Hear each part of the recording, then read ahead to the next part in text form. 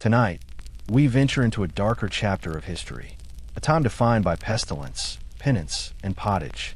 We're about to uncover the stark reality of life in the Middle Ages. Cast aside the romanticized images of castles and chivalry from Hollywood films. The truth is, you likely wouldn't survive a single day. So, as you settle in, take a moment to like this video and subscribe, but only if you truly appreciate the content I create. I'd also love to know where you're watching from and what time it is in your part of the world. It's always a delight to see our global community. Now, lower the lights, perhaps switch on a fan for that gentle, humming ambience, and let's begin our journey into the past. Congratulations, you've just awoken in the year 1325. The good news, you're alive. The bad news, so are the fleas. Your bed is a decaying straw mattress, teeming with insects, on a floor that was, just 3 months ago, part of a barn. There is no memory foam, no plush pillows, and certainly no high thread count sheets. Your only comfort is a woolen blanket, unwashed since the previous winter, now heavy with accumulated filth. You're roused by the distant clang of a church bell, the medieval equivalent of an alarm clock, only more jarring and far less forgiving. Your home is a single-room wooden hut, windowless, with an open layout that you share with your family, livestock, and a host of domestic pests. The aroma is a potent blend of stale ale, human sweat, goat, and a scent you hope isn't mold, though you know in your heart it probably is. Scented candles are a luxury yet to be invented, and even if they existed, they would simply melt on your dirt floor. You attempt to stretch, a decision you instantly regret as the frigid air bites at your aching joints. At 22, you are considered middle-aged by medieval standards. Your spine creaks like an old door, and your knees sound like a bag of stones being shaken. Rising from bed is a perilous act. The floor is either damp from the rain that seeped through the thatched roof or crusted with the droppings of your neighbor's chicken. Either way, your bare feet are now one with the ecosystem. And privacy, that concept is non-existent. Your entire family, and perhaps a stray cousin who has overstayed his welcome, are all waking up beside you. There are no separate bedrooms, no curtains, no personal space, just a communal existence. Welcome to a morning in medieval Europe, where you are never alone, thanks to the constant companionship of parasites, rodents, and 8 other people. And this is merely the start of your day. It only gets more challenging from here. You've managed to drag yourself from your medieval nesting ground of horrors. Well done. Now, nature's call is not just a polite knock, but a desperate scream.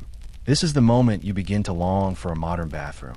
There is no toilet, no seat, no paper, no flush, not even a begrudging plunger. In the 14th century, relieving yourself is an ordeal, a social experiment, and often a public display. If you're a peasant, your lavatory is likely a wooden bucket behind the house, already overflowing from Uncle Wolfston's bout with bad turnips. The stench is overwhelming. You hold your breath, attend to your business, and then comes the grand finale.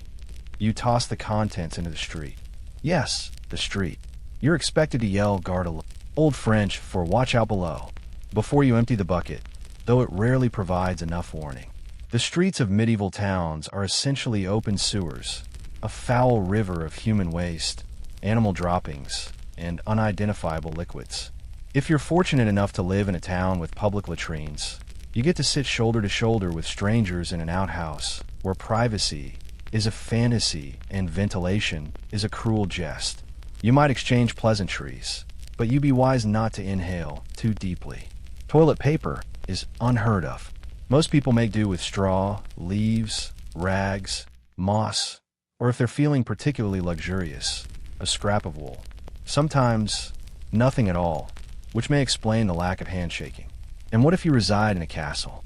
Surely, it must be better. Marginally, you might have a garderobe, a small room with a hole in the floor that deposits waste directly into the moat. A clever design, except that your enemies are aware of it. Indeed, attackers have been known to climb up through these waste chutes. Talk about a backdoor entry. So, whether you're a farmer or a nobleman, medieval toileting is a humbling ritual. It's cold, public, perilous, and perpetually disgusting.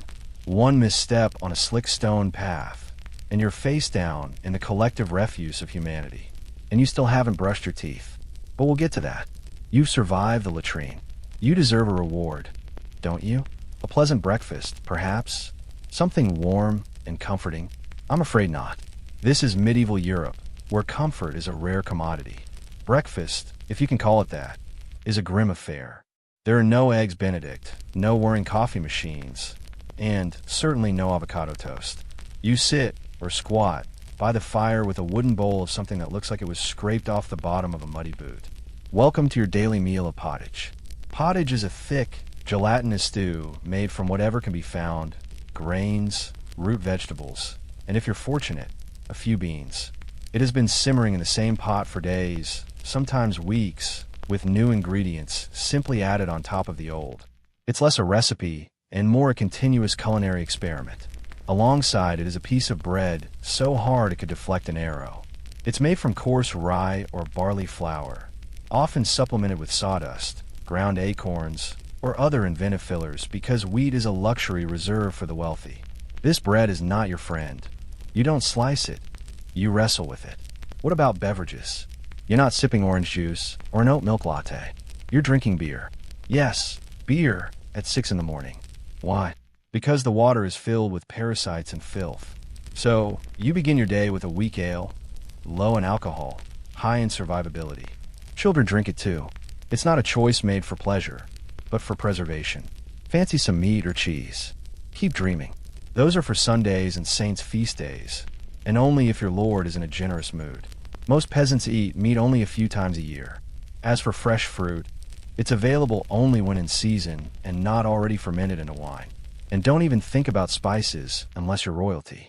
A pinch of pepper is worth more than your monthly earnings. Salt is so valuable it's kept under lock and key. So, you chew your gritty bread, swallow your medieval beer, and try not to think about the rat that might have sampled your porridge during the night. Breakfast doesn't energize you. It's just something you endure. And now that you're properly malnourished, it's time to work as if your life depends on it, because it does. You've consumed your sorrowful medieval breakfast, and now it's time to get dressed. Not that it will make much difference. Your wardrobe consists of one outfit. A single one. It's a coarse wool tunic or a linen shift that you've worn daily for months, maybe even years. The concept of seasonal fashion doesn't exist. There's only wear this until it falls apart or gives you a fungal infection. Underwear is optional. If you're lucky, you might have a linen undertunic. If not, you're going commando beneath layers of itchy, sweaty wool, all held together by stitches from someone who likely had no idea what a proper seam was. There are no washing machines, no soap, and certainly no dry cleaners. Your clothes are stained, stiff, and smell like a compost heap left to ferment in a pigsty. Even if you wanted to wash them, it's a major undertaking. You'd have to haul water from a river or well, heat it over a fire, scrub your tunic on a board with ashes or lye, and then hang it to dry in the sun, which makes an appearance approximately 3 days a year. And shoes. If you own a pair, they're made of untreated leather, poorly stitched, and offer as much arch support as a banana peel. Most peasants simply go barefoot, through mud, dung, and medieval landmines, also known as sharp rocks and puddles of disease. All of this means one thing. Your skin is in a constant state of rebellion. You are perpetually itchy. Fleas, lice, and bedbugs are your constant companions, living rent-free on your body. Everyone has them. Nobles, monks, children, all walking insect farms. No one is immune. You might find yourself scratching your armpit with a wooden spoon while conversing with the local priest, and no one would bat an eye. Your skin is raw from scratching, your scalp a battlefield of bites. And if you develop a rash, well, that's just too bad. There are no dermatologists, no hydrocortisone cream, no one to inform you that you probably have scabies. You simply continue to suffer. If you're fortunate enough not to get an infection, that rash will be your unwanted companion for the next 6 months. Now that you're clothed in misery and wrapped in discomfort, it's time to go outside and begin working yourself to death. Now that you're fully attired in itches and damp wool, it's time to flash a morning smile. Except you don't, because in the Middle Ages, smiling is a risky proposition. Not emotionally, but dentally. There are no toothbrushes, no toothpaste, no mouthwash, no floss. The idea of oral hygiene is as popular as bathing, which is to say, not at all. Some people might chew on a twig or rinse their mouths with wine or vinegar, but for the most part, your teeth are left to fend for themselves, and they are not faring well. By the time you reach your mid-20s, your smile looks like something unearthed from a haunted crypt. Cavities are a common affliction, gums are swollen, and the stains on your teeth aren't just from food, they're from decay. Your mouth contains more rot than a medieval root cellar. Sugar, while not yet ubiquitous, is becoming more common among the wealthy. It's imported at great expense and used mostly in small cakes or as a display of opulence. If you're a noble, congratulations, your teeth get to rot faster than a peasant's. If you're poor, your teeth will decay slowly over time, thanks to fermented bread, gritty porridge, and years of strenuous chewing. Toothaches are a constant companion, like the medieval weather, always present in the background. The kind of pain that makes you contemplate prayer, heavy drinking, or pulling the tooth out yourself with a pair of pliers. And that's not an exaggeration. That was the actual treatment. Dentists didn't exist, but barber surgeons did. Yes, the same person who cuts your hair is also the one pulling out your molars by candlelight with an iron hook and no anesthesia. An infected tooth. I hope you're prepared for a fever. Without antibiotics, a simple toothache can easily lead to sepsis and death. That's right, the same ailment that sends us to the pharmacy today could have been your death sentence in the 1300s. And there's no relief in the social sphere either. Kissing, good luck. Halitosis, or bad breath, is universal. If you're single, you're not judged by your smile. You're judged by your land and your livestock. In short, your mouth is a battlefield, and it is losing the war. Now that your teeth are throbbing, let's head outside, because your real work, the work that will break your back, is just beginning. Time to go to work. Except there's no office, no desk, no coffee break, and no possibility of a promotion. Your job, if you're among the 90% of the population, is straightforward. Try not to die while toiling for someone else's benefit. You're a peasant. Congratulations. This means you work the land owned by a lord who probably doesn't even know your name. You rise with the sun and stop only when it sets. Your tools are a wooden hoe, a rusty sickle, and whatever strength you have left in your body. There are no weekends, no clocking out. There's only sunrise to sunset, 6 days a week. Sunday is a day of rest, but only if you're not harvesting, fending off raiders, or praying fervently for your infected toe to stop turning black. The labor is grueling. Fields are plowed by hand or with oxen, if you're wealthy enough to afford one. You dig ditches, sow seeds, pull weeds, and carry water until your spine feels like it's permanently bent into the shape of an S. No one cares if you're tired. No one is concerned about your mental well-being. If you're a woman, surprise. You not only do field work, but you also raise children, clean, cook, spin wool, feed the animals, and pretend your husband's lice aren't slowly migrating to your side of the bed. Children begin helping around the age of 5. There is no school, no toys, just a small wooden rake and the hope of one day not succumbing to the flu. And if you're one of the few who isn't a farmer, perhaps a blacksmith, a tanner, or a cooper are great. You still work with fire, chemicals, or animal entrails all day in poorly ventilated sheds. The pay is basically survival. The perks include occasional bleeding. Break a bone. Too bad. Get a fever. Drink some warm beer and carry on. You can't afford to stop, not even for a day. Because if you don't work, you don't eat. And if you don't eat, well, medieval Europe has a solution for that. You'll be replaced. So, you grip your shovel, ignore the blisters, and keep digging. Because in the Middle Ages, your job isn't a career. It's a slow motion test of endurance.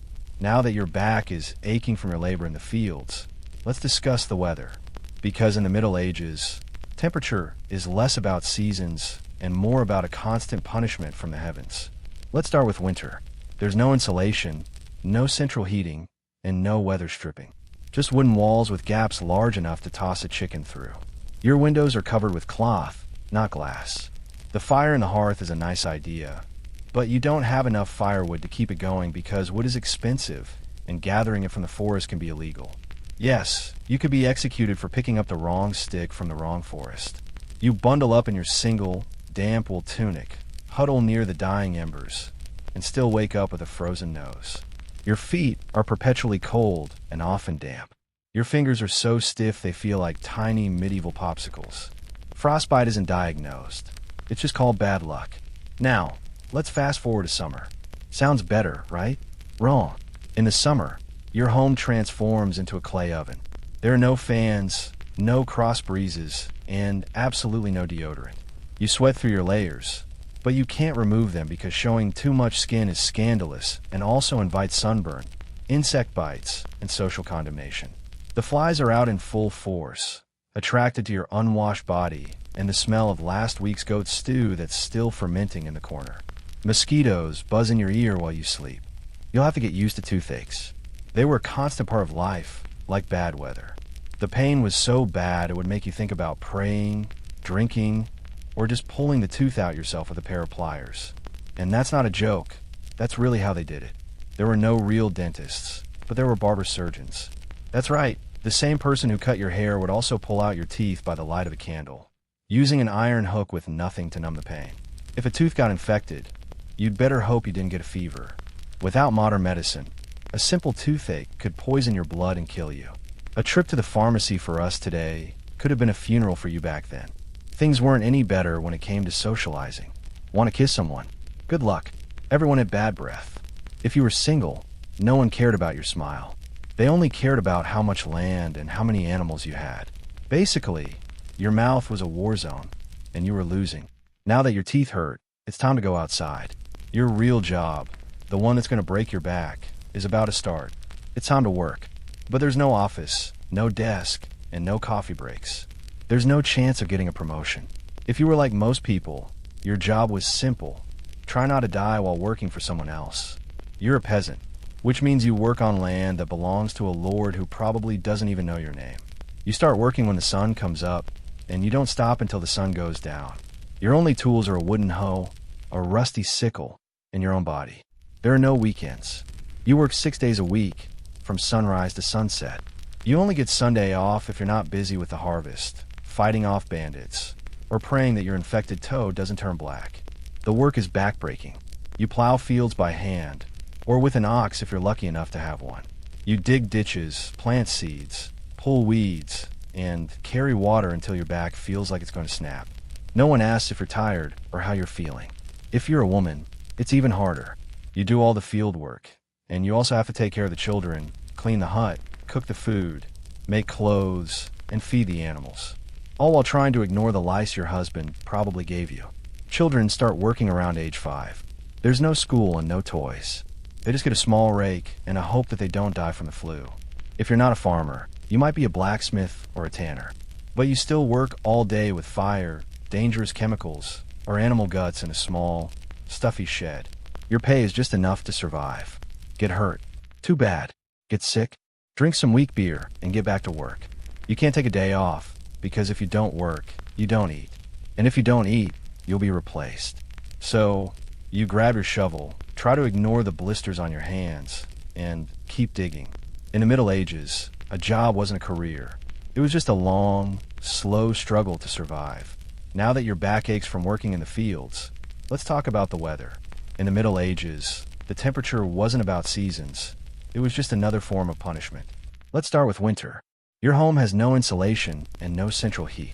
It's just a wooden hut with cracks in the walls, so big you could toss a chicken through them. Your windows are covered with cloth, not glass. You might have a small fire, but you probably don't have enough wood to keep it going all night.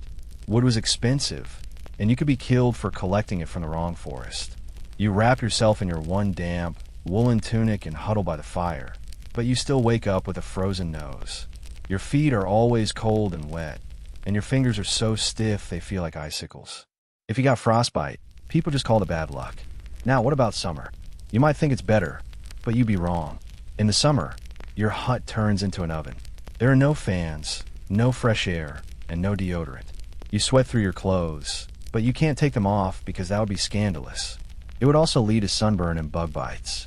The flies are everywhere, drawn to your unwashed body and the smell of old food. Mosquitoes buzz in your ears all night while you try to sleep through the sound of your neighbors arguing and babies crying. Out in the fields, the sun beats down on you. There's no sunscreen and no hat, unless you made one yourself out of straw. And the worst part is, you still have to work. If you got heat stroke, people just said you taken a bad turn. So, you were either shivering in your hut, wondering if your toes would fall off, or sweating in the fields while your thighs chafed. The one thing that never changed was that your clothes were always itchy, your food was always terrible, and there was always more work to do. Welcome to medieval climate control. There was none. Feeling thirsty? Want to wash your face and wake up from this nightmare? Too bad. In the Middle Ages, water was not your friend. It was trying to kill you. Let's start with drinking water. The stream nearby might look clean and clear, but it's not. Someone upstream just dumped their toilet bucket in it. Or maybe a dead animal is rotting in it. Every sip is filled with germs and bacteria that could make you sick. That's why everyone drank beer, even children. It wasn't strong beer. It was a weak ale. The brewing process boiled the water, which made it safer to drink than water from the town ditch. If you were rich, you might drink wine. What about bathing? People believed that taking a bath was dangerous because it opened the pores of your skin and let diseases in. That's right. People thought you were healthier if you were covered in a protective layer of dirt. There were public bathhouses, but they had a bad reputation, and the church shut many of them down. Even if you wanted to take a bath at home, it was a lot of work. You had to get water from the well, heat it over a fire, and fill a leaky wooden tub. And any rainwater you collected was probably full of bird droppings and bugs. So, whether you were drinking it or washing with it, water in the Middle Ages was a gamble. One wrong sip could leave you sick in bed, dying from a stomach bug. The next time you drink tap water, be thankful. Our ancestors didn't have it so easy. So, you drank the water. Or maybe you just got a cut on your foot. Either way, you're sick. You need a doctor. But this is the Middle Ages, where medicine was basically a form of torture. First, the diagnosis. Doctors believed that everything from a cough to the plague was caused by an imbalance of 4 humors in your body: blood, phlegm, yellow bile, and black bile. If you had a fever, they thought you had too much blood. The cure? Bloodletting. They would cut you with a dull knife or use leeches to drain your blood into a bowl. Often, the barber was the one who did this. If you were feeling sad, they thought you had too much black bile. The cure was to make you go to the bathroom. If you broke a bone or got a bad cut, you were in real trouble. There were no painkillers, and surgery was done with knives that were never cleaned. They didn't know about germs yet. They thought sickness came from bad air or because God was angry with you. If your stomach hurt, they'd say it was because you had sinful thoughts. If you got sicker, they would use more leeches and maybe feed you some crushed beetles. A priest would stand by your bed, ready to give you your last rites. If you somehow got better, everyone would say it was a miracle. The doctor would take the credit, and the leech would get a promotion. In the Middle Ages, getting better was less about the cure and more about surviving it. After a long day of work, it's finally time to eat. You go back to your hut, your stomach rumbling, ready for a warm meal. But be careful. Your food is probably trying to kill you. There were no refrigerators back then. Food was preserved with salt or smoke, or people just hoped the cold air would keep it fresh. If you were lucky enough to have meat, it had been hanging for days, covered in flies, and maybe nibbled on by rats. Bread was a big part of the diet, but even that wasn't always safe. When harvests were bad, people would add sawdust or even clay to the bread to make it last longer. And a fungus called ergot could grow on rye bread, causing seizures, hallucinations, and even death. You ate vegetables only when they were in season. And what was always in season? Turnips, boiled, mashed, or floating in your pottage, which was a thick stew of mystery ingredients that had been cooking for days. Fruit was available in the fall, but it rotted quickly. Sugar was expensive and only for the rich. Spices like pepper and cinnamon were worth more than gold. For most people, the only flavor came from onions, salt, and pain. Food wasn't just a health risk. It was also a political one. The animals in the forest belonged to the Lord. If you were caught poaching a rabbit, you could be fined, jailed, or even killed. Your dinner could literally get you hanged. So, as you eat your gray stew by the light of a flickering fire, remember that every bite is a risk. But you eat it anyway. Because in the Middle Ages, food didn't just feed you, it tested you. It's evening now. You've worked hard, suffered, and eaten a questionable meal. You might think the day is over, but you can't relax yet, because God is watching. So is the priest, and so is your neighbor, who will tell on you if you miss church. In medieval Europe, Religion wasn't just a part of life, it was everything. The church controlled the calendar, the laws, and your whole life from birth to death. Every day was structured around the church bells, which told you when to pray. If you forgot to pray, it was a sin. If you ate meat on a Friday, it was a sin. Hell was a very real and terrifying place, and priests described it in great detail. You couldn't read the Bible yourself because it was written in Latin, and only priests and nobles could read it. You had to pay the church a tithe, which was a tenth of everything you owned. Holidays were holy days. They were a break from work, but they weren't for having fun. They were for going to church, fasting, and confessing your sins. If you questioned the church, you could be branded a heretic and burned at the stake. So you went through the motions, praying that after this hard life, you might finally go to heaven. If you thought being a peasant was tough, try being a woman. You had to deal with all the same filth, hunger, and fear, but you also had to deal with childbirth, obeying your husband, and being treated like you were invisible. A girl's life was planned out from the day she was born. She would marry young, have children, serve her husband, and die tired. Girls didn't get an education unless they were from a rich family and sent to a convent. Marriage happened early. It wasn't strange to be engaged at 12 and pregnant at 14. Marriage wasn't about love. It was about land and family alliances. Once you were married, you were your husband's property. Your job was to have sons, feed everyone, and keep the house in order without complaining. Childbirth was like a lottery of life and death. Many women died from it. If you survived, your workload just increased. Now you had a baby to take care of in a lice-infested hut, and you still had to cook, clean, and work in the fields. If you were a woman who didn't get married, people were suspicious of you. If you were outspoken, they thought you were dangerous. Women who didn't fit and were often accused of being witches and could be drowned or burned. In short, if you were a woman in the Middle Ages, you were expected to endure, obey, and suffer in silence. So far, you've survived filth, hunger, injustice, and maybe even a goat. But just when you think your day can't get any worse, you have to face violence. It was loud, bloody, and a normal part of life in the Middle Ages. Let's be very clear. The Middle Ages were not a peaceful time. Law and order mostly meant hoping the local lord was in a good mood. Violence was a part of everyday life. It was in homes, on the streets, and on battlefields.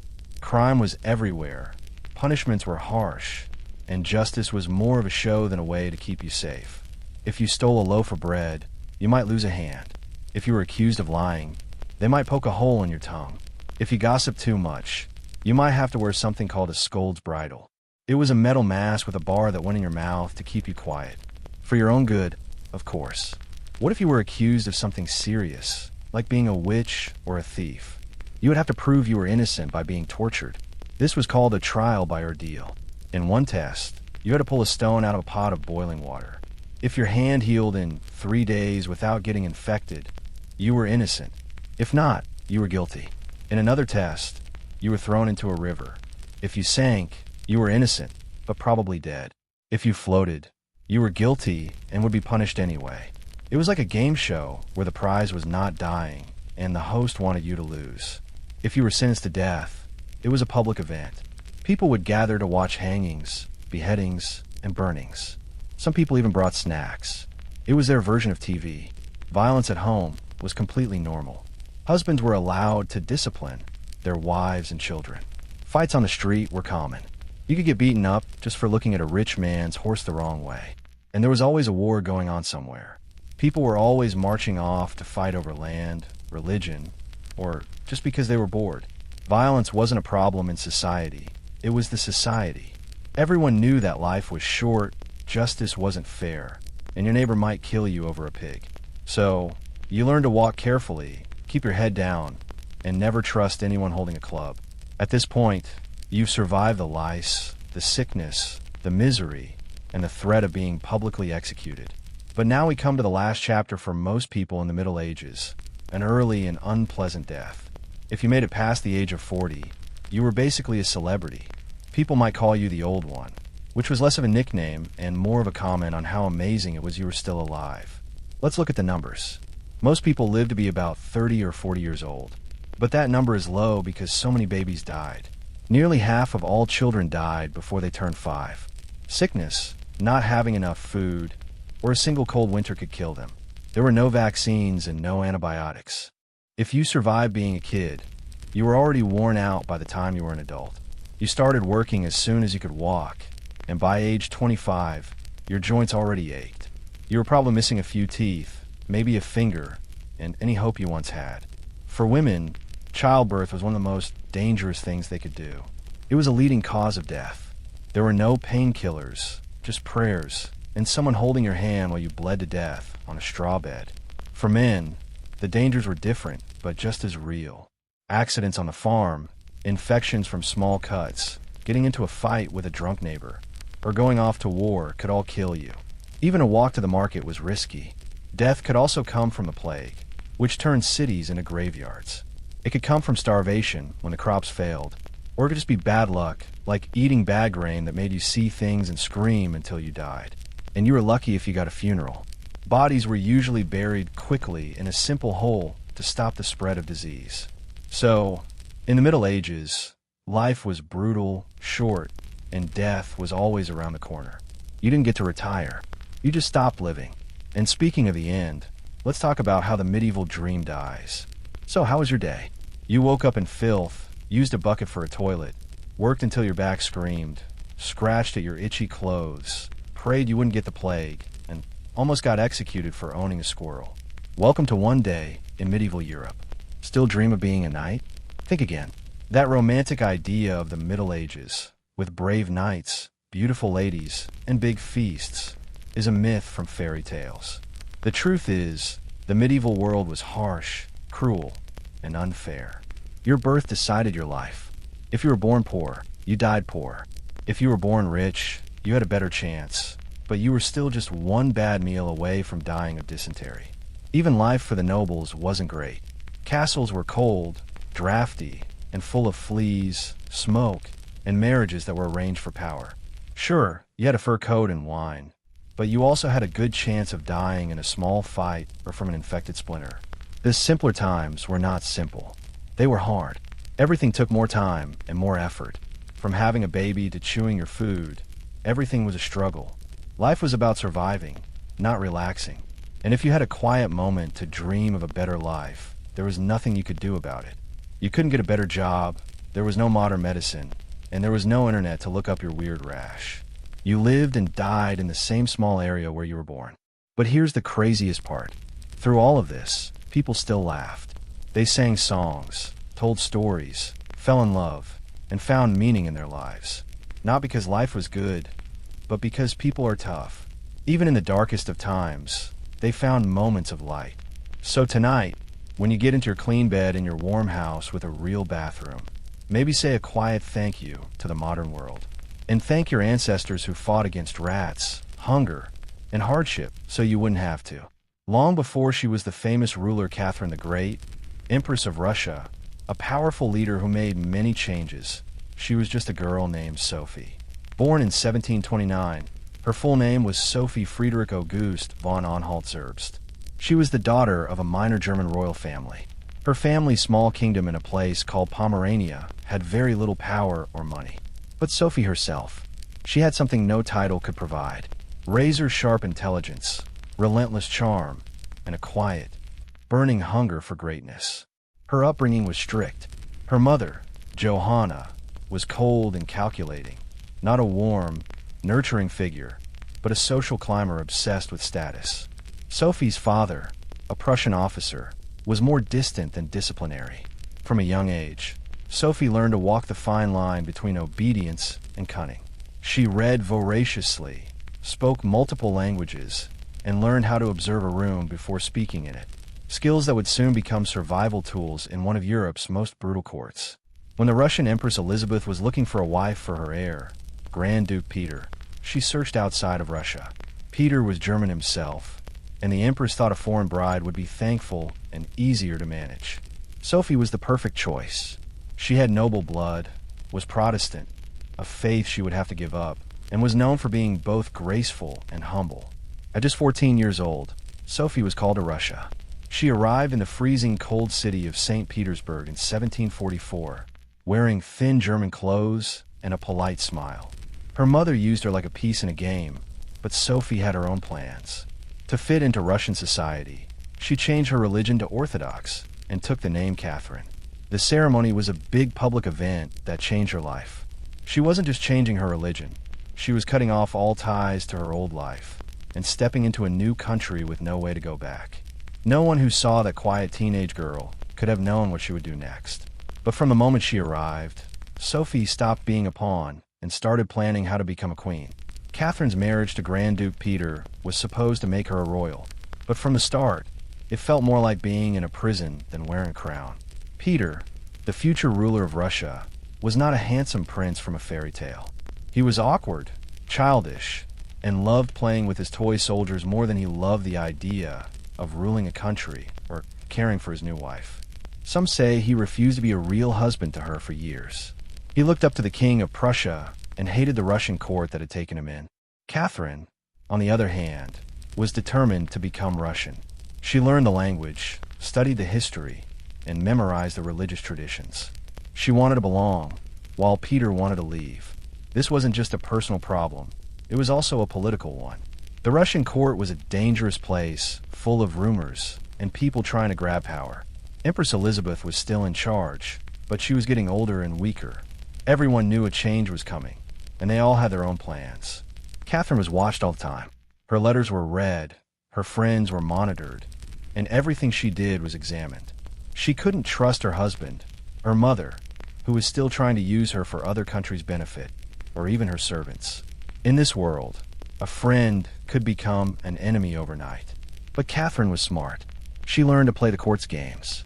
She quietly made friends and supporters, charming army officers, and becoming friends with smart scholars. She became known for her calm and graceful behavior, which was very different from her husband, who acted like a child and openly hated Russian ways. In private, Catherine started reading books by thinkers like Voltaire and Montesquieu. While others saw her as just a young wife, she was creating a plan not just for herself, but for Russia. She imagined a country that was strong, educated, and reasonable. But there was one problem. As long as Peter was alive, Catherine was stuck. She was the powerless wife of a man who was not fit to rule. So she waited, she watched, and she planned. She knew the Russian throne wouldn't just be given to her. It would have to be taken. In 1762, after waiting and planning for almost 20 years, Catherine saw her chance and took it perfectly. Empress Elizabeth had died, and Peter, now Tsar Peter III, was finally the ruler. But his time as ruler started falling apart almost right away. In just a few months, Peter made the church, the rich nobles, and the army angry. He praised Prussia, which was Russia's enemy. He changed important rules, made fun of the priests, and talked about divorcing Catherine to marry his girlfriend. The court was already nervous about his strange behavior, and now it turned against him. The army was filled with generals who were loyal to Catherine. Even normal Russian people, who were very religious and loved their country, saw Peter as a foreign puppet who didn't respect their ways. Catherine saw all of this happening and made her move. In July of that year, while Peter was away, Catherine started a takeover without any fighting. With the support of important army officers, including her lover Gregory Orlov, she rode through St. Petersburg wearing her official royal clothes. She was named Empress Catherine II and got the support of the powerful Imperial Guard. Peter was caught by surprise and had no one to help him. He gave up in just a few days. He was arrested, and a short time later, he was found dead in a strange way that wasn't fully explained. The official story was that he died from a stomach problem. The unofficial story was that he was murdered. Catherine was now the empress. She didn't get the throne by being born into the right family or by marriage. She got it because she was smart, brave, and determined. A foreign-born woman with no real claim had taken over Russia without a single battle. But her real work was just starting. She had to turn her power grab into something that would last. Would Russia accept her? Could she hold the empire together and avoid being killed like her husband? Catherine knew that power you get by scheming can be lost just as easily. She needed to rule like someone with a great vision, not like a schemer. And so she began to change from a careful planner into a great empress. She would change borders, support new ideas, and change what it meant to be a woman with power. Once Catherine had the crown, she could have just relaxed. But she didn't. She had a bigger plan than just sitting on a throne. She wanted to change Russia, and not just its army or its politics, but its mind. While Peter had loved a foreign king and his toy soldiers, Catherine loved thinkers like Voltaire and Diderot.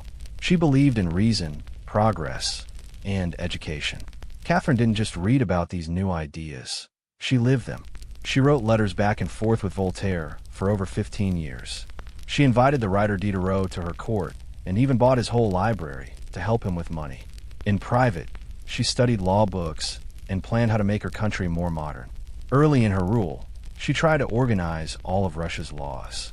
She created a group called the Legislative Commission in 1767 to rewrite all the laws. Catherine's own notes, called the Instruction, secretly shared her political ideas. It talked about all people being equal under the law and the dangers of using torture. For an empress in 18th century Russia, these ideas were shocking. But these new ideas had to face the reality of Russia. It was a huge, old-fashioned country ruled by rich nobles who wanted to keep their serfs, poor farmers bound to the land, exactly where they were. Catherine knew this. While she argued for change, she did it carefully. She stopped some kinds of torture and built more schools and libraries. But she also gave the nobles more control over their serfs to make sure they stayed loyal to her. This was Catherine's balancing act. She was like a philosopher queen in public, but a practical empress in private. She had to choose between her ideals and her need to survive. Her vision for Russia was brave, but always carefully planned. Catherine wasn't trying to make Russia like the rest of Europe. She was trying to make Russia modern, but on her own terms. That meant she would bring change, but with an iron hand and a velvet glove. Catherine wasn't happy with just changing Russia from the inside. She wanted to make it bigger on the outside. She wanted to build an empire that other countries would fear and admire. Where the ruler Peter the Great had opened a window to the west, Catherine wanted to knock down the walls. Under her rule, Russia's borders grew wider than ever. She fought wars not just to protect her power, but to change the map of Europe. One of her biggest military efforts was against the Ottoman Empire. Here is the text rephrased with the same pace, simple language, and a similar word count. These wars, which were fought during the 1760s and 1770s, were not just about land. They were about power. Catherine saw herself as a rescuer of Orthodox Christians who were living under Muslim rulers. She also saw herself as the true protector of Eastern Europe. With generals like Alexander Suvorov and Grigory Potemkin, Russia took over important areas like Crimea and the northern coast of the Black Sea. This gave Russia access to warm water ports, which Russian rulers had wanted for a very long time. These wins weren't just about the military. They were also symbolic. With every new territory, Catherine sent a message. Russia was no longer a distant, backward relative of Europe. It was now a major power. She also looked to the west. Through a series of clever political moves, Catherine took part in the breaking up of Poland. She divided the weak Polish-Lithuanian country with Austria and Prussia. After the Third Division in 1795, Poland disappeared as a country, and Russia gained huge new lands and millions of new people. But Catherine didn't just take over land with armies. She also settled them with new ideas. New cities were built, and new paths for trade were opened. German farmers were invited to work the Russian land. The empire became a mix of many different cultures, from the cold Baltic Sea to the warm shores of the Black Sea. And through it all, Catherine was in charge, reading reports, giving orders, and personally guiding the growth of her empire. Her critics accused her of being hungry for power and wanting to build a large empire by taking over other countries. But to Catherine, growing the empire wasn't just about ambition. It was her destiny. She believed a great ruler was measured not only by their ideas, but also by their borders. She didn't just want to rule Russia. She wanted to rebuild it as a civilized empire that was feared by its enemies, respected by other nations, and loyal only to her. For all her intelligence and power, Catherine the Great was just as famous for what happened behind the palace doors. And not all of it was quiet talks in libraries. Catherine's private life became one of the most talked about parts of her rule. She had lovers, not just one or two, but a long line of them that she chose carefully. They were often much younger, handsome, and sometimes had political influence. She didn't hide them. In fact, she often gave them titles, land, and money if they acted well. If not, they were sent away quietly, sometimes with a polite thank you and a new job somewhere else. One of the most important of these lovers was Grigory Potemkin, a man who was as smart as he was brave. Their relationship was a mix of love, politics, and working together. Some historians think they might have even married in secret. Together, they planned military attacks, colonization efforts, and the changes in southern Russia. Potemkin wasn't just a lover. In many ways, he was her partner in ruling. Still, Europe couldn't get over the scandal. Rumors flew around. Jokes and cartoons made her seem lustful and out of control.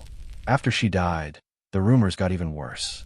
The most famous one was a completely false and disgusting story about a horse, which her enemies spread to ruin her name. But why was everyone so obsessed? It was simple. Catherine was a woman who used her power without feeling sorry for it. In a world where female rulers were supposed to be like saints or sad figures, she refused to act the part. She lived, loved, and ruled in her own way, and that made her dangerous. It's ironic that while her critics called her immoral, Catherine herself had deep thoughts about love. She believed pleasure was a natural part of life, and that personal relationships didn't have to get in the way of her duties as a ruler. She kept her feelings separate from her job of governing, something few male rulers could do. In truth, her relationships were often strategic. She surrounded herself with men who were loyal, skilled, and politically helpful. And when they stopped being useful, she let them go, usually with a smile and a generous retirement package. Catherine's love life didn't make her a weaker ruler. It was part of her strategy, a mix of passion and power that made her unforgettable, envied, and feared. For all her charm and control, Catherine's rule was not without danger. In 1773, that danger arrived in the form of a bearded Cossack named Yemelyan Pugachev. He was not a normal rebel. Pugachev claimed he was none other than Peter III, Catherine's dead husband. He said he had survived the takeover and had returned to take back the throne from the German woman who stole it. It was a ridiculous claim. Peter was long dead, but for the poor and tired people of Russia, the claim didn't have to be real. It just had to give them hope.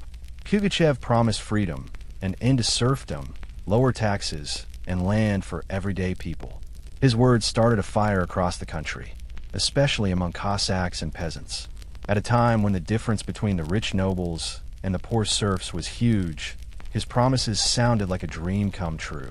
The Pugachev rebellion became the biggest peasant revolt in Russian history. His followers took towns, captured forts, and killed nobles. For a scary moment, it looked like the empire might break apart. Catherine was shaken. This wasn't a war against another country that she could win with soldiers and agreements. This was a revolt from inside her own country, rising up against the very system she ruled. But Catherine did not panic. She took action. She sent professional armies to crush the rebellion with force. Pugachev's army was beaten in 1774. He was captured, put on display in an iron cage, and finally beheaded in Moscow as a public warning to anyone who dared to challenge her. After the rebellion, Catherine focused even more on order and control. Her dreams of freeing the serfs faded away. The rebellion had shown her that her modern ideas had limits in a country still trapped in an old system. She started to rely more on the rich nobles, who promised to be loyal if she gave them total control over their serfs. This was a major turning point. The empress who once quoted Voltaire now cared more about stability than philosophy. Change became slow and careful. The government watched people more closely. Any talk of rebellion was to be stopped before it could even start. Pugachev may have lost his head, but he left a warning that stayed with Catherine. Power built on unfairness can only last so long before a storm breaks it down. By the time Catherine the Great was in her final years, she had ruled Russia for over 30 years, longer than any other female ruler in Russian history. From the moment she took power, she had proven everyone wrong, changed her empire, and showed the world what a woman and a ruler could be.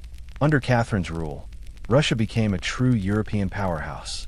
Its land grew by over 200,000 square miles, taking over Crimea, parts of Poland, and areas along the Black Sea.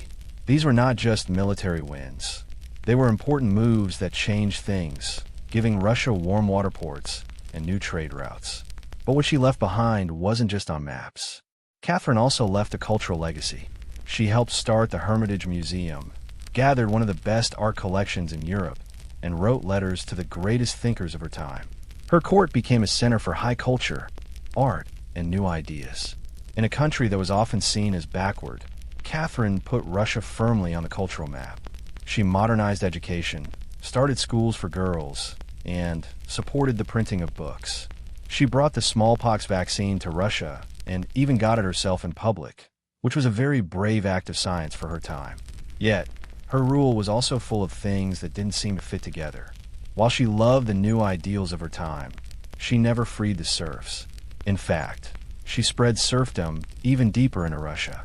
Her changes, while impressive, mostly affected the top of society and were designed to make the empire look better without truly changing its core problems.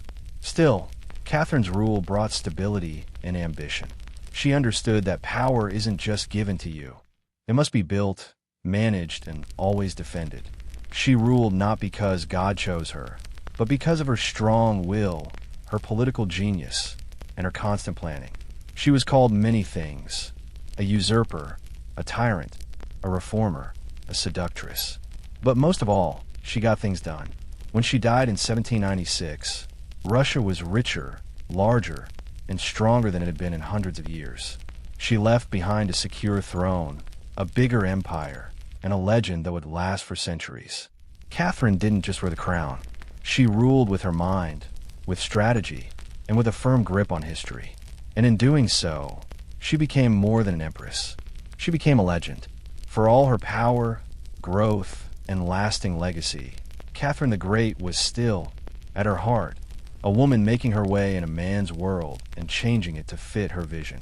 Behind the royal paintings and official orders was a person who knew how easily she could lose her power. She wasn't born Russian.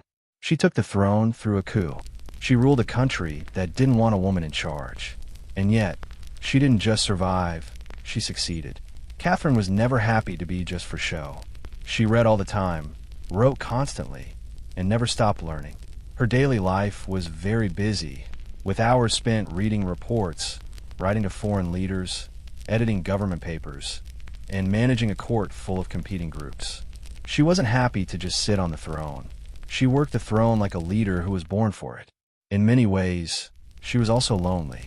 She surrounded herself with court members, lovers, and artists, but she wrote in her diaries about how few people she could really trust. Her son, Paul, whom she didn't trust and kept away from government business, grew into a man she worried would destroy all her work. Her greatest partnership with Grigory Potemkin turned into a deep friendship, but his death in 1791 left a pain that never fully went away. Catherine built her public image carefully. She understood the power of a good story and used it better than most rulers of her time. She presented herself as the mother of Russia, an enlightened queen, a warrior, and a lover of the arts. But underneath all those roles was a woman who had faced rejection, betrayal, scandal, and rebellion, and still kept moving forward. When she died in 1796, she left behind a changed empire, but also questions. Could she have done more to end serfdom?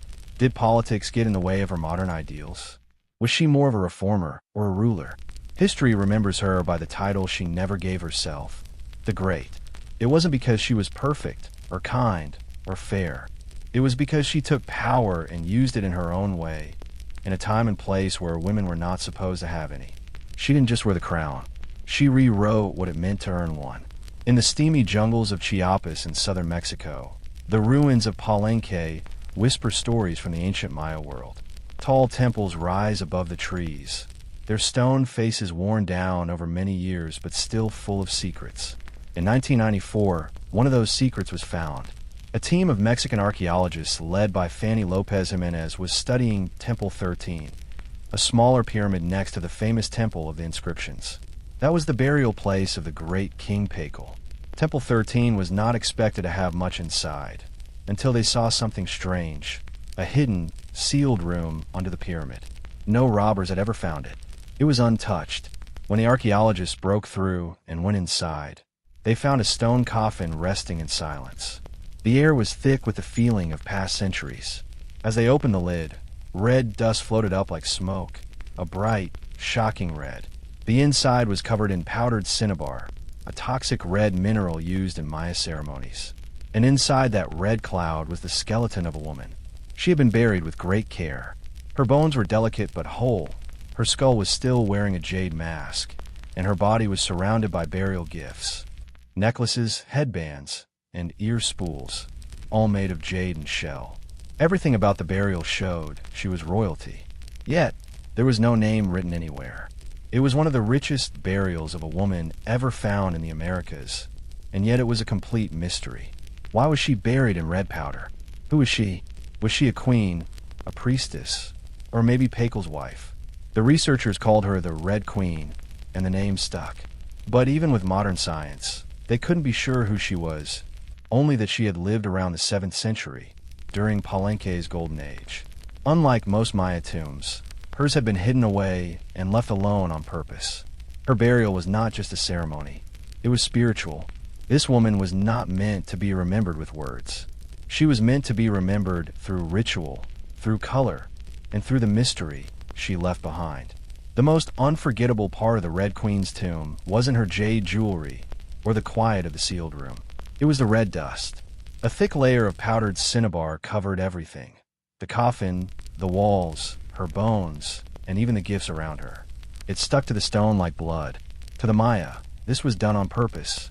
Cinnabar, made from a crushed mercury mineral, was one of the most sacred and dangerous things in the ancient world.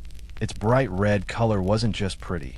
It stood for blood, rebirth, and the life force that connected people to the gods. Red was a holy color. It was the color of sunrise, of sacrifice, and of life coming from death. And it wasn't just a symbol. It was spiritual. Covering the dead in cinnabar was a ritual meant to change the body, not to preserve it forever, but to help it move on. In Maya beliefs, death was not the end. It was a journey into another world. And so the Red Queen, whoever she was being prepared not just for burial, but for being turned into a god. But there's another part of this. Cinnabar is toxic. Being around it can lead to mercury poisoning, which causes shaking, seeing things that aren't there, and even death. The Maya probably didn't understand the science, but they felt its power. It was strong and dangerous. To cover a body, and it was to say this person was no normal human. In Palenque, very few people were buried with cinnabar. Pakel the Great, the mighty king whose pyramid is the biggest at the site, was one of them. His body, like hers, was also covered in the red powder. That fact alone made people wonder, was the Red Queen his wife, his mother, or someone who was just as divine? Her skull had been placed on a layer of jaguar skin, another holy symbol. Around her, bone needles, obsidian blades, and tiny jade figures suggested rituals that were done either during her life or for her after she died. Every part of her burial told a story without words, a story of power kept in secret.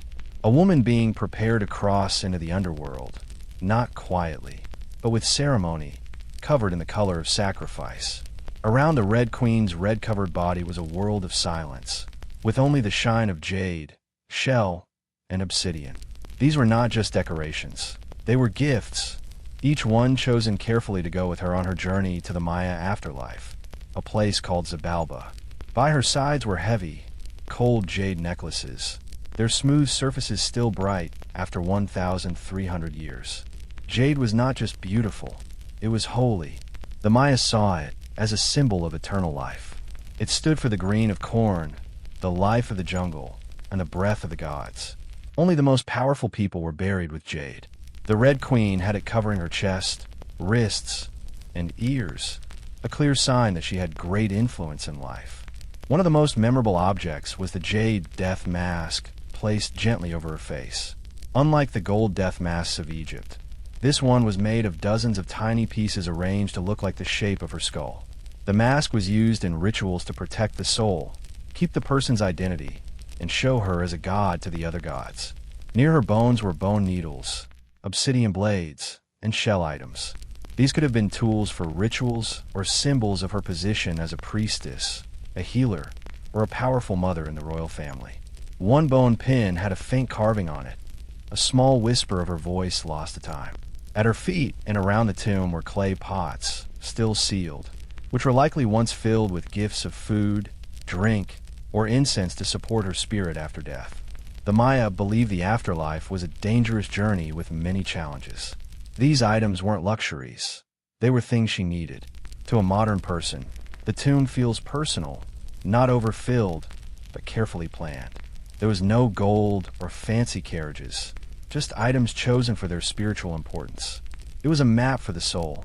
Through these treasures, we can see how the Maya thought of death, not as an end, but as a passing of power.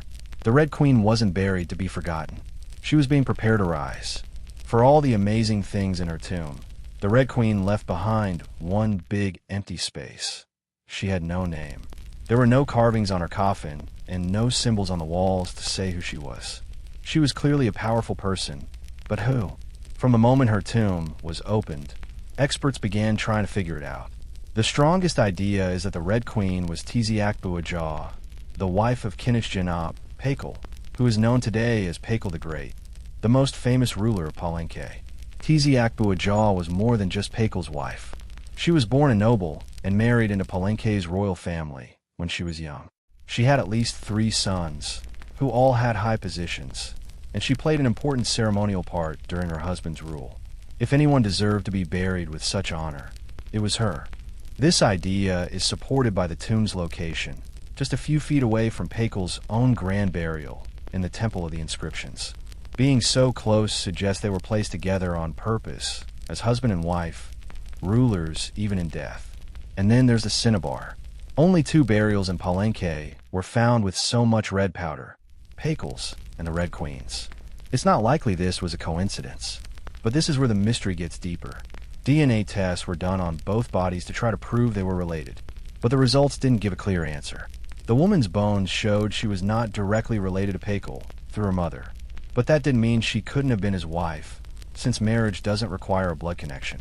Some have argued she could have been Sak-Kuk, Crackle's powerful mother who ruled Palenque before he was old enough.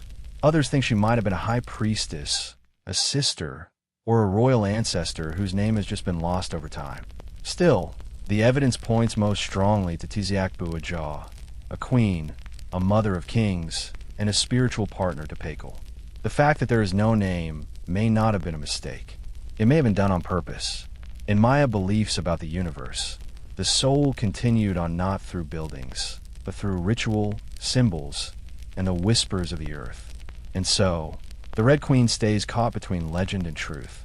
A woman who ruled, remembered not in stone, but in deep red and silence.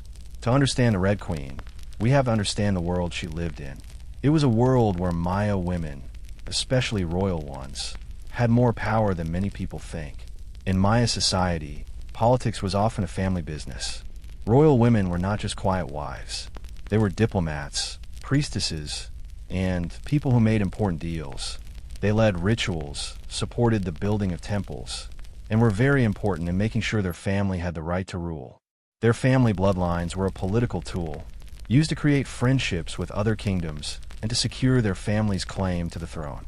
Take Sak-Kuk, for example, the mother of Crackle the Great. When the throne of Palenque was empty, she took power herself and ruled as queen until her son was old enough. She was not just keeping the seat warm. She was a ruler herself, giving orders and managing building projects. Without her, Crackle might have never become king at all, and she was not the only one. In other Maya cities like Yaxchilan, Naranjo, and Calakmul, stone carvings show women leading major ceremonies, taking part in war discussions, and sometimes ruling completely. They were often shown in carvings and paintings, wearing fancy headdresses and royal clothes, standing next to kings as equals, or sometimes even above them. Their words were carved into stone. Their names were remembered until they were lost. By the time the Spanish arrived centuries later, a lot of that memory was gone. The Spanish saw native women as silent people in a man's world. But archaeology tells a different story, one of complicated gender roles where power was shared, not just passed down to men. This information helps us see the Red Queen in a new way. She may not have been the official ruler, but her burial, so rich, holy, and placed right next to Crackle, suggests she was a key part of the royal family. Her jade mask was not just a decoration. It was a symbol of her identity and power, held in life and protected in death. Her family line might have been the very thing that held Palenque's ruling family together. In Maya society, a queen was more than just a queen. She was a guardian of the sacred family line, a voice in ceremonies, and often the link between gods and humans. The Red Queen may not have a name, but in her world, she was never without a voice. The Red Queen wasn't just buried with treasures. She was buried in a building full of purpose, designed with Maya beliefs, ritual symbols, and careful planning. Her tomb wasn't just a grave. It was a doorway to the next life. Her body was found inside Temple 13, one of the smaller pyramids in the center of Palenque. But its closeness to the Temple of the Inscriptions, where Pacal the Great was buried, is important. These temples weren't built in random places. Their locations were sacred, chosen based on the stars, myths, and family history. Temple 13 looks small compared to the huge temple next to it, but it hides something even more personal, a sealed crypt that was never robbed and was perfectly preserved. It was built deep inside the temple, and you could only get to it by a steep, narrow staircase. Going down into her tomb feels like a symbol itself, a ritual journey down into the underworld. The room itself is plain, made of cut stone, and was sealed tight for over 1,300 years. There are no carvings on the walls to tell her story, but maybe that silence was planned. This was a space not for living people to understand, but for the dead person to change. In the center, her stone coffin sits like an altar. It is similar to the grand stone coffin of Pacal next door. While Pacal's lid is famously carved with scenes of rebirth, the Red Queen's tomb is simpler. The focus is on the inside, on the body, on the red cinnabar, and on the ritual of death itself. And yet, there are small clues in the building that hint at a deeper meaning. The tomb is lined up from east to west, a symbolic path that follows the sun's journey from life to death. The room is small but powerful. It feels deliberate and personal, a holy space for someone who is deeply respected. Maya temples were tools to connect with the universe, bridges between the heavens, the earth, and the underworld. To be buried in one was to be lifted above the human world. The Red Queen's eternal home was not an accident. It was a carefully built shrine, a place where death became a transformation. Her bones rest in stone, her spirit in cinnabar, and her legacy in the building itself. A temple that speaks without words, telling us she was important. To the ancient Maya, death was not the end. It was a doorway, a sacred journey into the underworld known as Xibalba. And for someone like the Red Queen, this journey was not only spiritual, it was political, connected to the universe, and filled with ritual. Burial rituals were carefully planned events based on myths. They were meant to guide the soul through the dangerous levels of the underworld. Maya texts and art show us that Xibalba was not a peaceful afterlife. It was a dark maze with rivers of blood, difficult tests, and gods of death. Only those who were buried correctly, prepared by ritual, and given the right spiritual tools could make the journey safely. The Red Queen was buried wrapped in cinnabar, sealed in stone, and surrounded by gifts. These are all signs of a burial for someone very important. But there's more. The bone needles and obsidian blades in her tomb suggest rituals of self-sacrifice, possibly tools that stood for ceremonies she had done in her life, or that were performed at her burial to give her spirit power. Her death mask, carefully made from jade pieces, was not just for decoration. It may have been a spiritual container, protecting her face and identity as she traveled to the afterlife.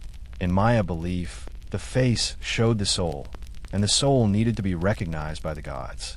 The clay pots around her might have once held chocolate, corn, water, or even an alcoholic drink called pulque to feed her in the next world. Other items, like stingray spines or shell trumpets, could have been spiritual tools, ways to call to the gods, or symbols of ritual communication. Burial was not just a goodbye. It was a transformation. The Maya believed in cycles. Death was like a seed, burial was like planting, and the afterlife was like being reborn. Kings and queens were often seen as human forms of gods.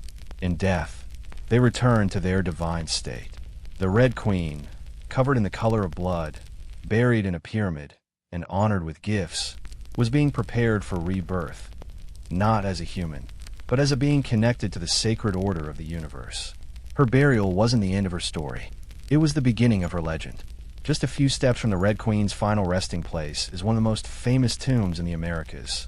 The tomb of Kinich Pakel, known simply as Pakel the Great. His burial inside the Grand Temple of the Inscriptions is famous for its beauty, size, and deep spiritual meaning. But what makes the Red Queen's tomb so special is not just what was inside it. It's where it was found. Her stone coffin was hidden inside Temple 13, right next to Pakel's monument. In a city like Palenque, where every temple was carefully placed to match ideas about the universe. This closeness was not an accident. It was a statement made in stone. Many experts believe the Red Queen was Tiziak Buajaw, Pakel's queen and trusted partner. While her tomb has no writing on it, the similarities between their burials are amazing. Both were wrapped in cinnabar, both were buried in pyramids, both were buried with jade, and both were treated with great respect. These rituals are like mirror images of each other, like two halves of a holy story. Pakel's famous coffin lid shows him falling into the underworld tree, a cosmic scene of death and rebirth. The Red Queen's simpler tomb has no such pictures, but the meaning is in the fact that they are together. If Pakel represented the sun, traveling through the underworld at night to rise again, then the Red Queen may have represented the moon, the female force that follows its own mysterious path in the sky. Together, they stood for a cosmic balance. Male and female, king and queen, sun and moon, order and ritual. In Maya myths, ruling was not a one-person job. It was about relationships. Harmony in the universe needed balance. And that balance was also present in the royal court. By placing the Red Queen next to Pakel, the Maya were saving not just a marriage, but a cosmic partnership. Their closeness in death may have been like their roles in life. A queen not behind, but beside her king, sharing not just a throne, but a legacy. In their tombs, they speak without words. Two souls wrapped in red powder and stone, joined together for all time. One of history's most sacred silences. Though her name was lost to time, the Red Queen of Palenque lives on, not as a forgotten object, but as one of the most mysterious and powerful women of the ancient world. Her tomb, sealed for over 1,300 years, now whispers through time, asking questions that grow louder with every new discovery. She represents a mystery that we still can't fully solve. We may never know for sure who she was. No carving wrote her name. No stone pillar told her story. And yet, the care taken with her burial, the richness of her gifts, the meaning of her red-covered bones, all of it speaks of a woman who was extremely important, not just as a wife, but as someone who had real power, spiritual importance, and royal blood. Today, the Red Queen makes us rethink our old ideas. She is a reminder that in the ancient Maya world, women were not silent. They led rituals, governed cities, and guided royal families. While kings like Pakel have been famous for a long time, the Red Queen's discovery reminds us that power did not only belong to men. It flowed through mothers, queens, priestesses, and visionaries. Her legacy is more than the treasures she left behind. It is the conversation she has started among archaeologists, historians, artists, and storytellers. Every jade bead, every layer of red powder, every choice in the building of Temple 13 tells us something was done on purpose. This woman was important, and maybe that is the most amazing part of her story. Not what we know, but what we still don't. The Red Queen teaches us that history is not just a list of facts. It is a living puzzle, a shared human desire to connect with the past. In that way, her legacy is still growing. She lies wrapped in red, the color of life and sacrifice, of blood and rebirth. Her face, once hidden by a jade mask, now looks back at us through science, art, and wonder. She remains nameless, but not without a voice. Mysterious, but not forgotten. The Red Queen may have ruled a kingdom in life, but in death, she rules something greater, our imagination. Her tomb was sealed in stone. Her story was written in silence. And still, somehow, she speaks. Frida Kahlo was born on July 6, 1907, in the lively neighborhood of Coyoacán, which was then a village outside of Mexico City. Her childhood home, the Casa Azul, or the Blue House, was filled with color, conflict, and quiet strength. It would later become her safe place, a battlefield, and a museum for one of the most famous artists of the 20th century. Frida was the third of four daughters of Guillermo Kahlo, a German-Hungarian photographer, and Matilda Calderon, a religious Catholic woman of native and Spanish background. Her parents were opposites. Guillermo was quiet and thoughtful. Matilda was religious and emotionally cold. Frida would get her father's deep thinking and artistic talent, but also her mother's powerful spirit. As a child, Frida had a big imagination and was bold and outspoken. She read a lot and asked questions most adults didn't want to answer. But when she was 6, she got polio, which made her right leg thinner and weaker than her left. She tried to hide this difference with long skirts, but never let it stop her spirit. The sickness kept her in bed for months and away from other children. During this time, she became very close to her father, who encouraged her to exercise, ride bikes, and stay smart. Unlike most girls of her time, Frida didn't want to become a wife or stay at home. Her goal was to become a doctor. At age 15, she got into the famous National Preparatory School in Mexico City, one of only a few girls to be accepted. There, she was known not just for being smart, but for her rebellious humor, radical ideas, and unique style. She joined a group of young thinkers called the Cachuchas, who talked about philosophy, books, and politics. Frida was drawn to revolution and to ideas that went against tradition. But even in those early years, before the bus crash that would define her body and before the fame that would define her legacy, Frida Kahlo was already creating her place in the world with sharp ideas and an identity too big to fit into anyone else's box. She wasn't just growing up in Coyoacán. She was getting ready to completely remake herself. On September 17th, 1925, Frida Kahlo's life was broken in two: the girl she was before and the woman she was forced to become. That afternoon, she got on a wooden bus with her boyfriend, Alejandro Gomez Arias, after school. They were laughing and teasing each other. But moments later, the bus crashed into a streetcar, and in an instant, her future came apart into pain, metal, and silence. The crash was terrible. The streetcar smashed the bus against a wall, breaking the wood and throwing people around. Frida was pierced by an iron handrail. It went in her left hip and came out through her pelvis. Her spine was broken in 3 places. Her right leg was shattered. Her foot was crushed. Her collarbone and ribs were broken. Her shoulder was out of place. Her stomach was pierced. She was only 18 years old. A man covered her with a coat. Someone else noticed her body was sparkling, not with blood, but with gold powder she had been carrying. It had exploded in the crash, covering her broken body in what looked like glittery dust. Frida was taken to the Red Cross hospital and had many surgeries over the next few months. She spent weeks in a full-body cast, lying flat on her back, unable to move and fighting infection. The future she had dreamed of, becoming a doctor, slipped further away each day. But in that quiet, something new began. Her father gave her paintbrushes. Her mother set up a special easel over her bed. A mirror was placed above her so she could see herself. And there, lying in plaster and pain, Frida started to paint. First, it was to fight boredom. Then it became a passion. Her first paintings were of herself, because that was all she could see. But this was not about vanity. It was about survival. The crash had broken her body, but it had also opened a door into her own mind, her own body, and into the unique language of pain and identity that would become her art. The girl who wanted to heal others now began to heal herself, one brushstroke at a time.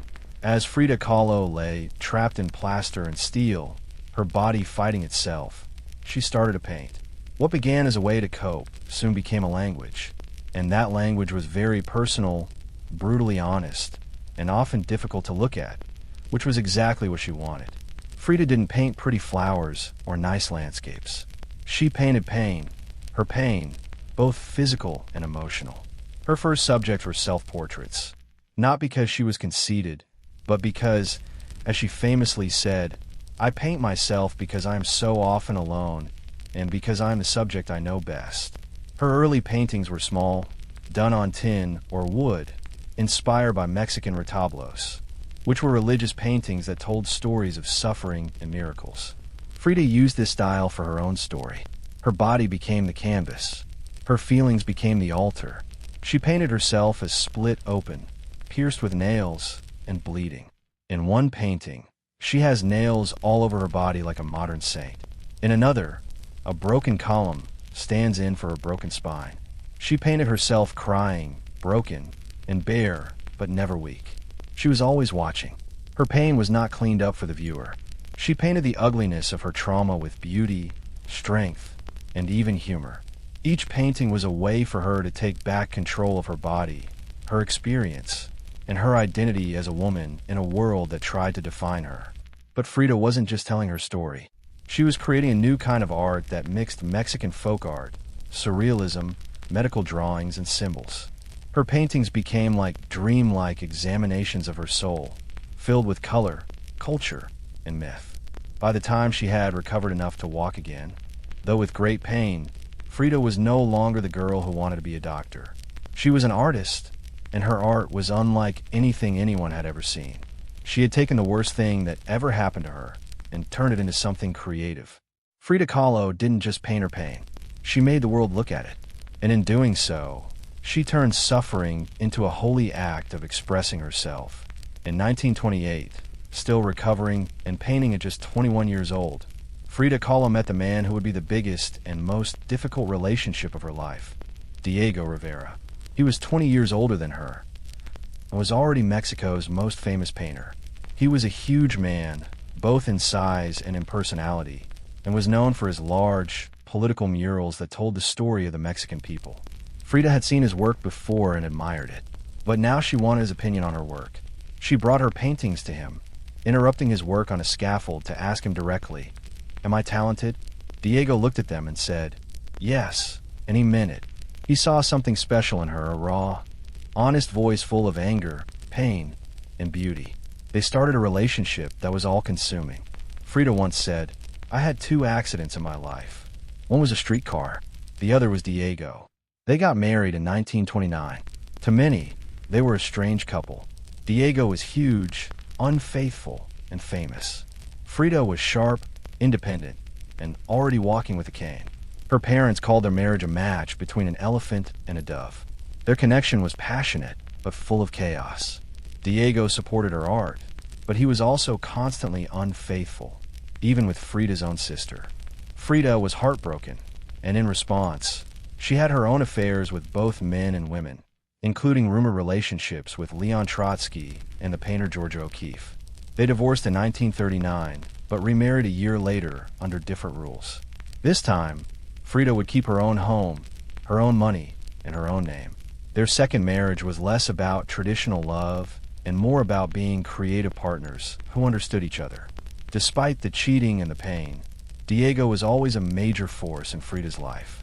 He challenged her and wounded her, but he also believed in her as an artist who could change what painting could be. Together, they were not peaceful, but they were legendary. In the 1930s, Frida Kahlo followed Diego Rivera to San Francisco, Detroit, and New York as he worked on famous mural projects. These years in America brought her face-to-face with industry, wealth, and the problems of capitalism, and they made her feel politically uncomfortable. Frida was a proud Mexican nationalist, a dedicated communist, and a great admirer of native traditions. The extreme wealth she saw in the United States, especially during the Great Depression, only made her feel more disconnected. In letters home, she made fun of the culture's focus on material things and appearances. She missed the realness and color of Mexico. While Diego painted huge murals, Frida painted smaller, quieter revolutions on tin and canvas. Her style became more defined, sharp, emotional, and personal. It was during this time that she painted some of her most famous self-portraits. Frida painted herself to survive. Her own identity became her main subject. With her body in constant pain from her accident and a failed pregnancy in Detroit, she focused inward. Her portraits showed her bleeding and broken, yet her face was always calm and direct. One of her most powerful paintings, Henry Ford Hospital, shows her crying on a hospital bed, surrounded by floating symbols of her loss: a fetus, a snail, medical tools, and a cracked pelvis. It was raw, graphic, and deeply emotional, a painting that bled with truth. Back in Mexico, Frida dove into left-wing politics. She and Diego let Leon Trotsky live in their home when he was in exile. Frida wore traditional Tewana dresses, not just as fashion, but as a political statement. Her art was always connected to her beliefs. Her identity, her body, and her politics were all woven together in her work. While Rivera painted murals about revolution, Frida painted the human side of it. The body in pieces, the mind on fire, and the self always staring back. In exile and sickness, she became not just a painter of pain, but a painter of resistance. When Frida Kahlo returned to Mexico in the late 1930s, she was no longer just Diego Rivera's wife. She had become something else entirely, a force of nature and an artist whose work shined with raw honesty and cultural identity. Back in her home country, she fully became herself. Her Casa Azul in Coyoacán became a sanctuary of color. Bright blue walls, yellow trim, Aztec statues in the garden, and monkeys and parrots wandering freely. The house was a living part of Frida's imagination. It was a mix of tradition and rebellion. Here, she surrounded herself with ancient artifacts and revolutionary books. She wore bold traditional dresses, wove flowers into her hair, and painted while smelling incense and hearing mariachi music outside.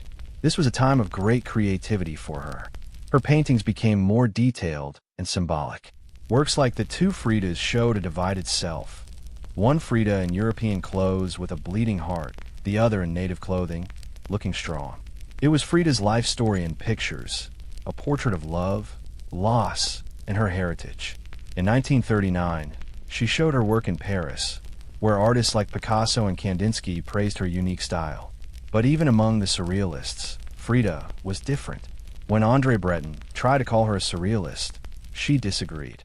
"They thought I was a surrealist," she said, "but I wasn't. I never painted dreams. I painted my own reality." She painted Mexico, not the romantic postcard version, but the living, breathing country she loved.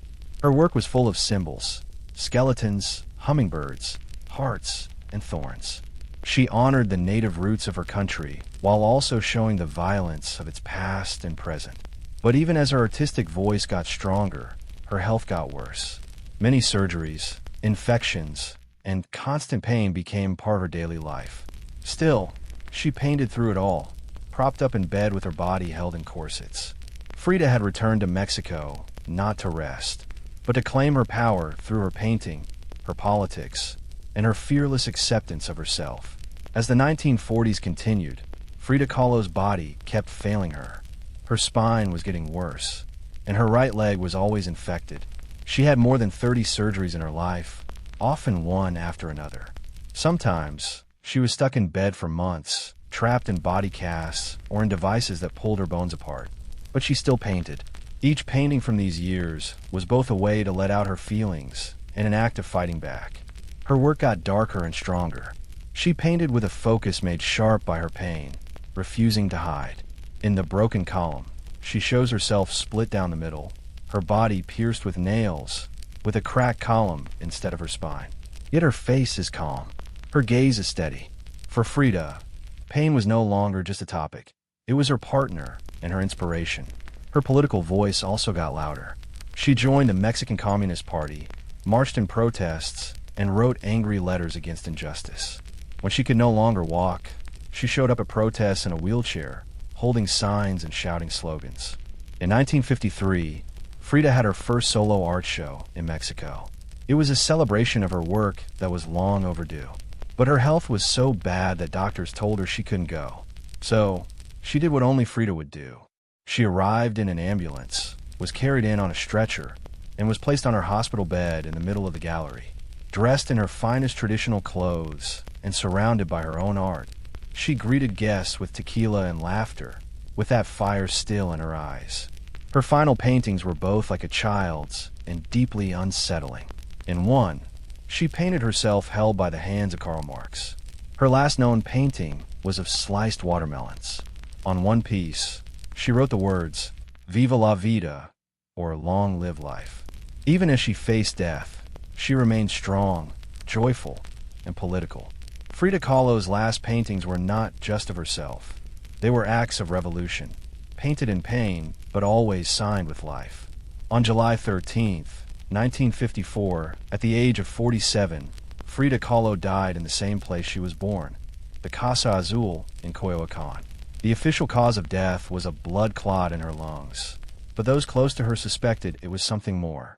She had been sick, yes, but she was also worn out by the pain and the long fight with her own body. Just days before, she had gone to a political protest.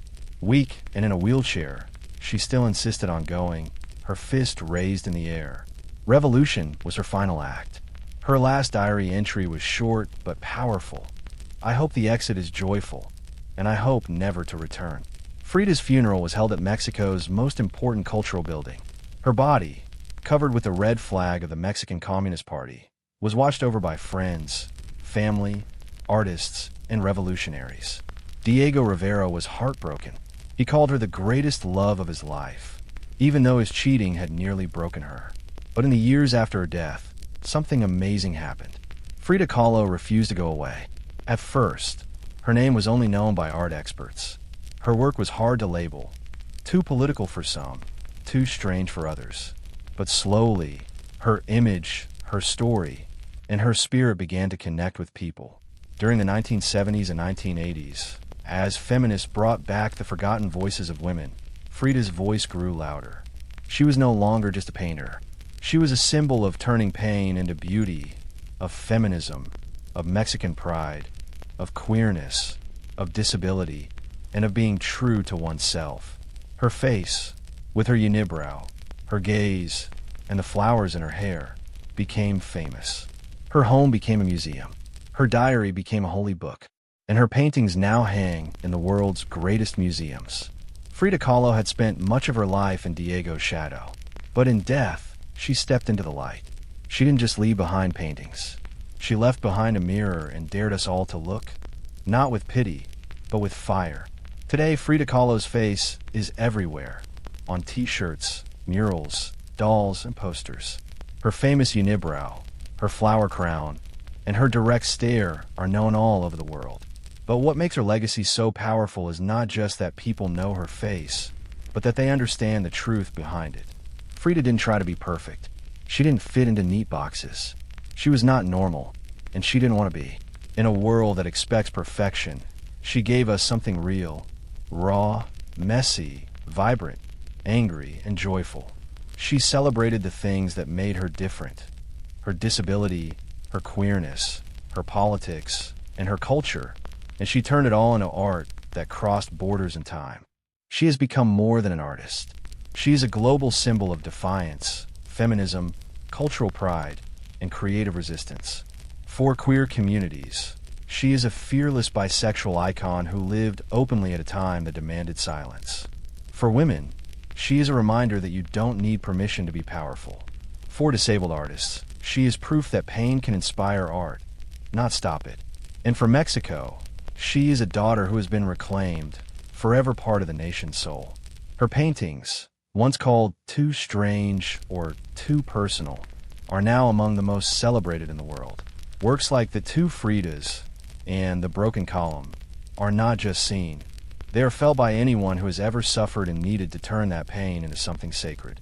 She lived on the edges of society and made them the main stage. She was full of contradictions. A communist who wore gold, a woman who was betrayed but loved again, a body in pieces with a soul that could not be broken. And through it all, she painted, not just with color, but with strong belief. Frida Kahlo never asked to be a symbol. She simply told the truth about herself. And in doing so, she told the truth for millions of others who had never seen themselves in art before. Now, when we see her face, we see courage. We see color. We see resistance. We see Frida, not gone, but living forever.